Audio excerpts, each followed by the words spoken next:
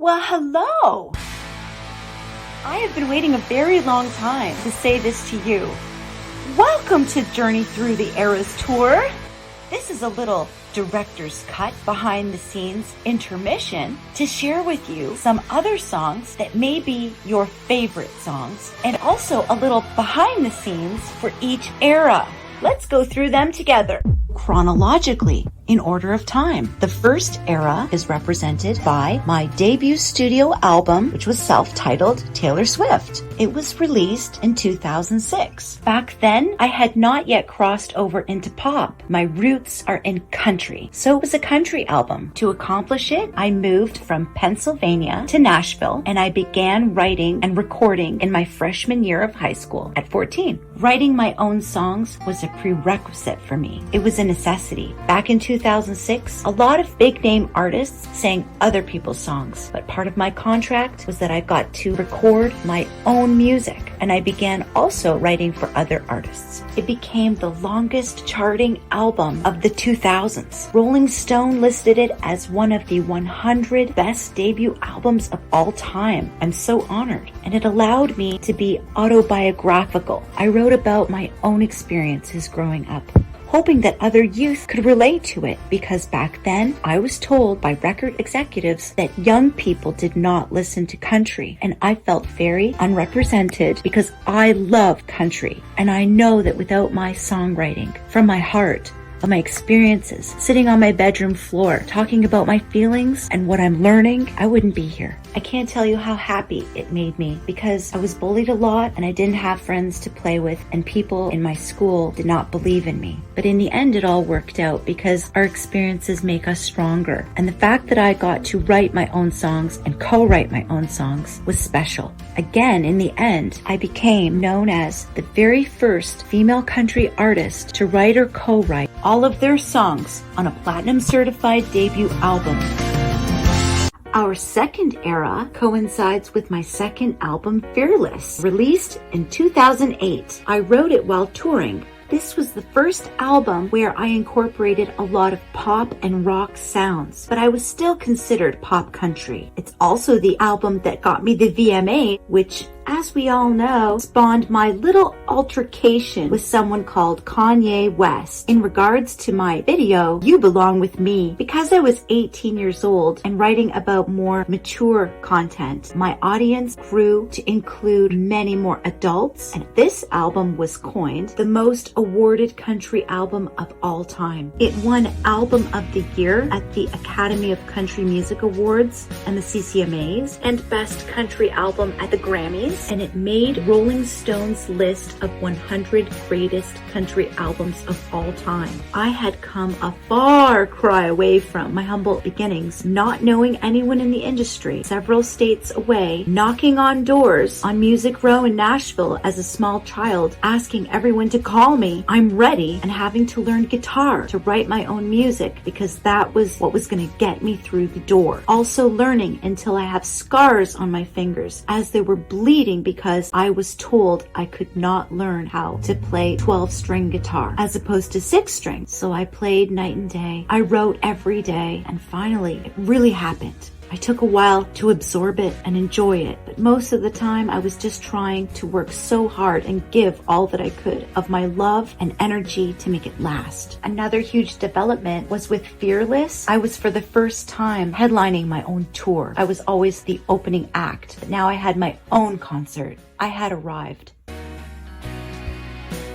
Our third era is Speak Now, released in 2010. I wrote it completely myself while on a world tour as diary entries, mostly at 3 a.m. in different cities. This era was not just about dreaming of fairy tale romance, but it dealt with my own contemplating real life heartache, heartbreak, and relationship complexities. In it, I expressed everything I always wanted to say, but didn't until then, including confessing to my own wrongdoings, asking for forgiveness, describing my shortcomings, fears, public criticisms, and victorious evolution growing from experience as I grew up in the spotlight. It sold 1 million copies in its first week and went 6 times platinum.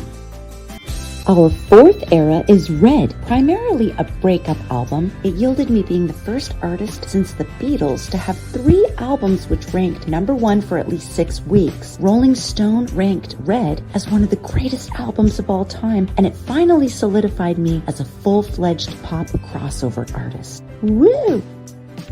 Our fifth era arrived in 2014, entitled 1989. By now you can see I add a new era approximately every 2 years since the beginning of my recording artist debut. I titled this one after the year I was born. It is chocked full of New York vibes since I moved to NYC from Nashville at this time. And in it, my songwriting focuses even more on friends and young adult personal development as opposed to romantic themes. It's additionally fully pop. Synth pop, in fact. It even won the Best Pop Album of the Year at the Grammys. This was my second Album of the Year. I did not know that I could ever win Album of the Year twice. The first was for Fearless. Rolling Stone again coined this album as one of the best albums of all time. It sold 14 million copies and is certified 9 times platinum. I just accomplished everything I ever dreamed, but then came the fall.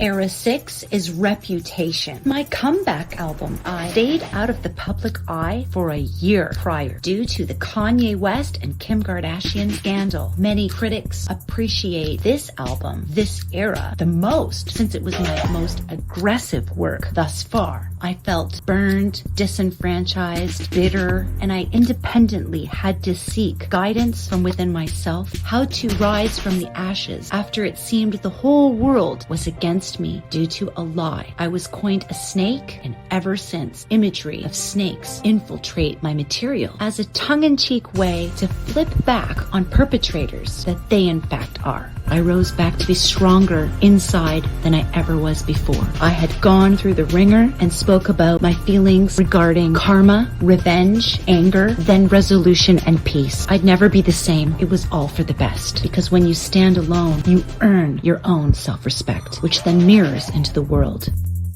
Our 7th era busted out in 2019, entitled Lover. It contained statements of love toward all persons, regardless of orientation, and it was also the year I switched record labels because my manager, Scooter Braun, purchased my label and thus my music without me having the opportunity to buy it first. I had cried for years due to his treatment, and so I broke away. Karma is indeed real because so did his other celebrity clients, such as Justin Bieber and Ariana Grande in due time. In search of justice, I learned I could re-record all of my albums to own their masters, and so I've been re-releasing Taylor's version albums ever since. Never allow anyone to exploit you. Our 8th era is Folklore, released as a surprise while the world was shut down in 2020, conceived during quarantine and honored as Album of the Year at the socially distanced Grammys during the COVID-19 epidemic, catapulting me to be the first woman to receive this honor thrice. Its concepts revolve around melodic ballads cast in folk tales, drawing attention to introspection, which all persons on our globe were similarly engaging with at home in isolation. Rolling Stone once more ranked my new album as one of the greatest albums of all time, especially noting its lyricism.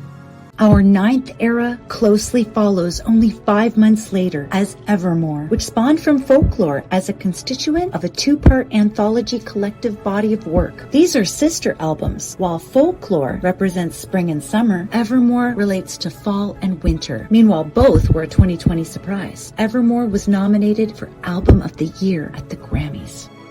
Our 10th era is Midnights. By this time, millions of Swifties around the world were on the hunt for Easter egg clues, clocks made a comeback, and intimate details from my very distant romantic past were readdressed, including the life I left behind. Explicit lyrics and body language were new to my repertoire, as was self-depreciating confessions alongside rationales as to why I do what it is that I do for a living, and the painful journey I endured to arrive at the summit. I had never felt close closer to nor happier with my fan base and self. The Eras Tour brought me this joy, as well as a new love interest, Travis Kelce, and becoming a billionaire incredibly rapidly. Still, there is nothing that I enjoy more than watching people I love dress up and make friendships with all of the themes from this era and previous eras, including friendship bracelets, which also made a comeback through a lyric I wrote. Nothing's better than watching and listening to everyone exuberantly singing my lyrics. Swifties bringing such joy to one another, making new friendships because of this era. Our 11th era is the Tortured Poets Department, whose representative musical accompaniment is actually a two-part anthology double album. It contains various dark topic matters and goth visual aesthetics, mixed with lighthearted inspiration. During this era, the public coined me the biggest star on the planet, with Swifties virtually taking over TikTok, affectionately terming it Swift Talk, while both my single day and single week Spotify streams surpassed any other artist in history. And ticket laws required changing, concert water supply laws were implemented, cities' welcome ceremonies became amplified, the economy was boosted by mega millions of dollars, and I furthermore became the only artist to top the first 14 Billboard Hot 100 positions simultaneously. It's been a truly wild ride, and I thank you with all my heart for co-creating a legacy which will continue to be studied and enjoyed for eras to come.